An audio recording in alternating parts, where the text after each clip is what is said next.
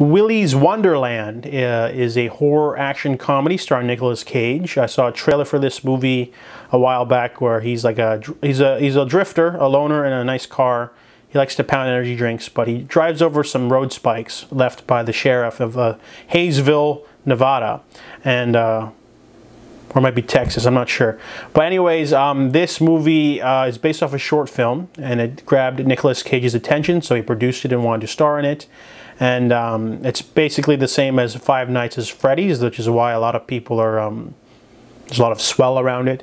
But anyways, the janitor is given an option. They don't take credit cards. He can't use the ATMs, so they'll fix his car for $1,000. And he can work it off by cleaning derelict amusement park restaurant for children called Willy's Wonderland. So he goes there, they have a deal with the owner, shake hands, he goes in there to start cleaning the place, and every once in a while his timer will go off, he'll stop, have an energy drink, play some pinball, and basically just, you know, survive the night. So unbeknownst to him though, the 8 animatronic animal mascots inside are possessed by the spirits of dead killers, so they want to kill him, so he fights back, and he's actually able to kill a couple of them.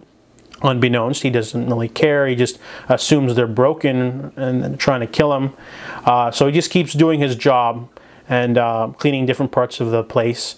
Meanwhile, there's a group of teenagers that know about the sort of ritual where the townsfolk will sacrifice drifters to the demonic entities, so they try to burn the place down, but they end up getting stuck inside and getting wiped, you know, mixed up in all this, and they're trying to convince the janitor to get out so that they can burn the place down.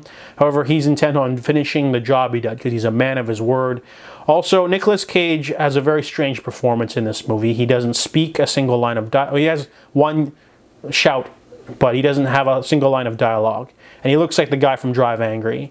So he acts like Leo from The Revenant, but it's a very strange performance, and mostly physical, but not the best part of the movie. I mean, like, there's no story, and then all the flashbacks and stuff we get kind of just to explain the demonic entities is kind of lame. This movie is touted as being, you know, a Five Nights at Freddy's the movie, but in reality it's more like just a shittier, longer, not good episode of Ash vs. Evil Dead. From the aesthetic to the plot, it just kind of feels like that. And so overall, I mean, it's very gonzo. The teenage characters are not very well developed, and they get a lot of screen time.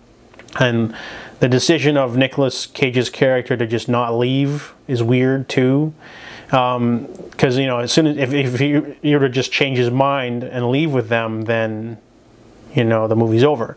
And there's a lot of like just weird, you know, story things in there that just don't make sense.